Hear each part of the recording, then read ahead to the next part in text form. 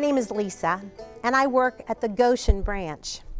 And today, I'd like to share with you one of my favorite recipes from my family. It's a very old recipe, and it's called chocolate gravy. Now, I know what you're thinking. Most people, when I say chocolate gravy, they are like, ugh, chocolate gravy. But let me remind you, an old Southern tradition is to name anything that you thicken in a pot a gravy. And gravies can either be savory, like the meat-based gravy that you might have on your biscuits, or chocolate gravy, which is a sweet sopping gravy. Now, I was raised in the suburbs of Detroit, but when we visited my grandparents, we went to Appalachia, southeastern Kentucky. My dad, Basil Hall, was raised on Burke's Branch, and when he was 17, they moved to a place called Beefhide Creek. And that's where I would go to visit my granny, Minnie Elizabeth Burke Hall. I would stay with her, and I can remember mornings so clearly. When I woke up, the roosters would be crowing, and I'd be cuddled in that nice, warm, comfy feather bed. And I'd look up on the wall, and there was a picture of two children walking over an old broken down bridge, and there was a really large guardian angel with long blonde hair standing over them. And that picture always made me feel so safe. And there Granny would be sitting in her slip, brushing her long hair. Now, Granny was only about 5 feet tall, but her hair hung to her knees. She would brush her hair and coil it up and stick 2 combs and put on her dress and her apron, and she would head to the kitchen. And I would rather reluctantly climb out of that feather bed, and I'd go padding across that gritty linoleum floor to the kitchen to watch her make breakfast. Now, breakfast was serious business. It was a farmer's breakfast. We'd all have a small bowl of oatmeal at our place. And then we would have eggs, sausage, bacon, ham, fried potatoes, sausage gravy, and biscuits. And then my favorite part of the meal was chocolate gravy. But the rule was you couldn't have chocolate gravy until you ate your oatmeal. Now, a lot of my cousins, well, they'd just eat the oatmeal and then they'd eat the chocolate gravy, but I liked everything else. And I'd eat everything else, and then I'd get my biscuit, I'd open it up, put some butter on it, and pour this delicious chocolate gravy on it. I always watched my granny made it. She always used the same pot. She put in her dry ingredients, flour, sugar, and cocoa, and she'd make sure that she really stirred it around well, and then she'd add water. Now, you can add milk, but I like the dark chocolate that you get from adding water, and some vanilla flavoring, and she'd make it. I loved that, and she made it for me every time I visited. Sadly, I lost my granny in 1985, and I can remember walking into her kitchen and seeing that pot and seeing that bowl, because she always served it in the same bowl, and thinking to myself, I'll never taste that same chocolate gravy ever again. Now, my dad and I, we would try to make it, but it would either end up too floury tasting, too sweet, too much cocoa. We just never could get it right. And then years later, I moved to Cincinnati. And I can remember my mom telling me of a professor at Pikeville College in Pikeville, Kentucky, named Mark Zahn. And he specialized in cooking and studying different cultures' cooking. And he had just published an Appalachian cookbook. And she told me that I'd probably be interested in it. And so I went to my local bookstore and I found the book. And I started turning the pages, seeing all of those familiar foods that my mama and my granny and my mom had made all of my life. And I turned the page, and there was a recipe for chocolate gravy. I couldn't believe it. I went home. I couldn't afford the book, so I just jotted the recipe down. I went home And I didn't even have any biscuits, but I made his recipe. And when I put that spoon in my mouth, that was my granny's recipe. And I was so happy that I could have that experience and share it with my family, because I can remember those breakfasts. 2 really long tables. There were 14 hall children, lots of cousins sitting around those meals, laughing and enjoying each other, and just remembering the feeling of being so warm and cozy and very much loved. So, I now have the recipe to share with you. So I'm going to, first, I'd like to share some pictures of my granny. The first picture I'm going to share is my granny and grandpa as a very young family, when their family was rather young, 7 of the children. And my granny's holding my youngest aunt, and my daddy is the oldest boy leaning up against the porch post. The next picture was taken a few years later, and my granny is standing, and she has a striped dress on, and my daddy is standing to her right. And the last picture I'd like to share is one that I really treasure. I'm about 2 in this picture, and both of my grandmothers are in this picture. My mama is standing to my left. Her name was Luemi Rose Johnson, and my granny is standing to my right, Minnie Elizabeth Burke Hall. Now, I don't know where this recipe came from. My granny's family was Irish.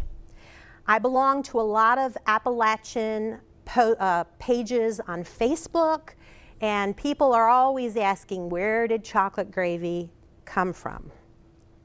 Well, the Oxford Encyclopedia of Food and Drink in America states that there were a couple of places that they thought it came from.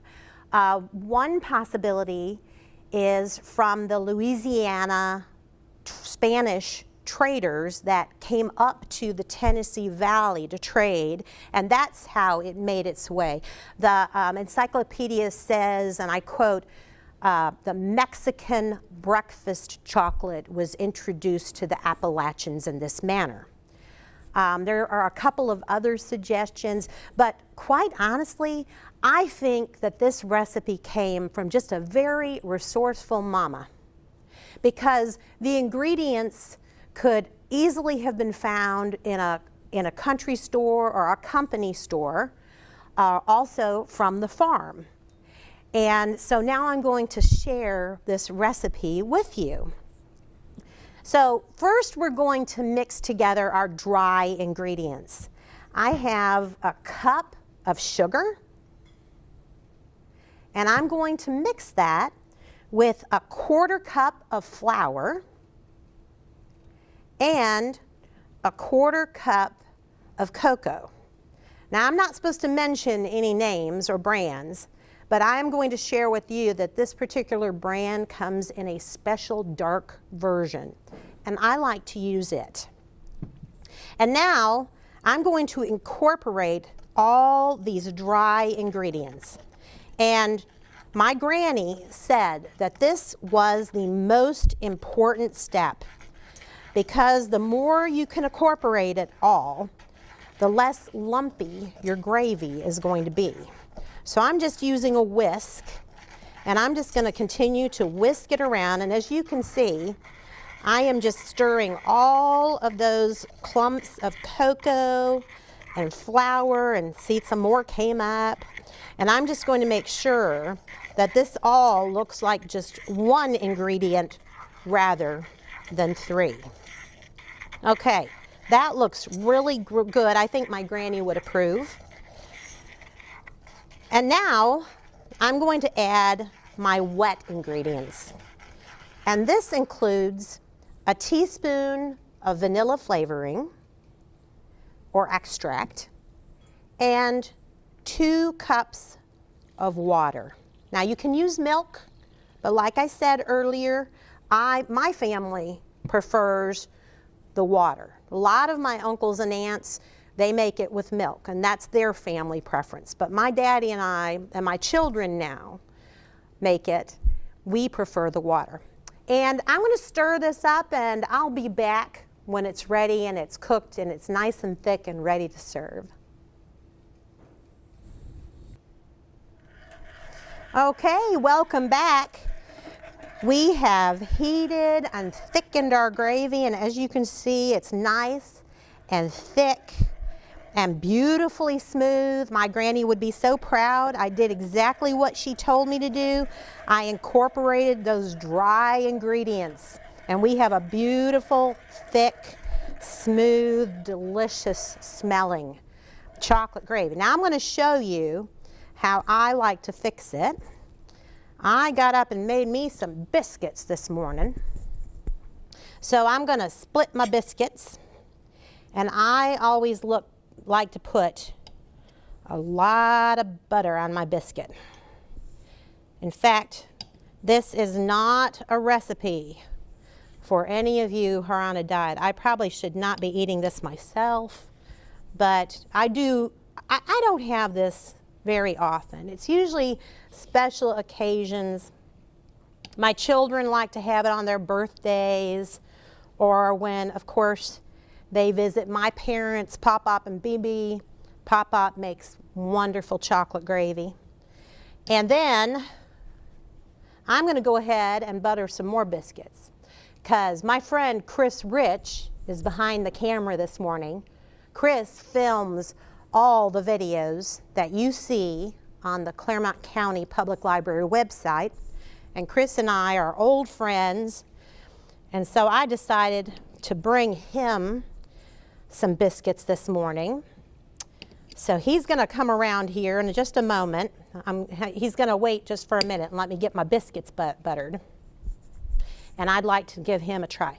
Now, you don't have to do it this way. And if you go on the internet, you will find many recipes for chocolate gravy. In fact, some of them have a whole stick of butter being cooked up in the pan.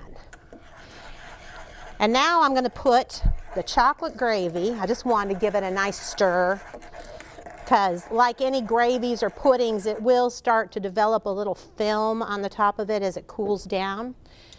And I'm going to go ahead and first I'll do Chris's over here. Oh, doesn't that look good? And it smells so delicious. This is just such a decadent breakfast item. But of course, back in the old days, this was a good breakfast for a farmer. I'm going to make sure that the recipe is posted here. And I think we're going to enjoy our biscuits and chocolate gravy. And I'll be back in a few minutes to share some of the materials and resources we have at the Clermont County Public Library. Thank you so much for joining me today. I hope you enjoyed my story about one of my family recipes. I hope that you cook. I hope you cook with your family. And I hope that you're sharing family recipes and stories with one another. Now, we have a whole lot of resources here at the Clermont County Public Library. We have an extensive cookbook collection, and we have cookbooks about healthy cooking or easy family cooking. We have special dietary needs cookbooks. We have cookbooks celebrating every culture. There's Appalachian cookbooks and Southern cookbooks, and just about every other culture around this globe that you can imagine. We also have books on how food is prepared, how it is grown and harvested. And we have, of course, a lot of gardening books and books that teach you how to preserve foods, canning, freezing, and all sorts of other information about foods and cooking. So please let me encourage you to come and visit us at the library.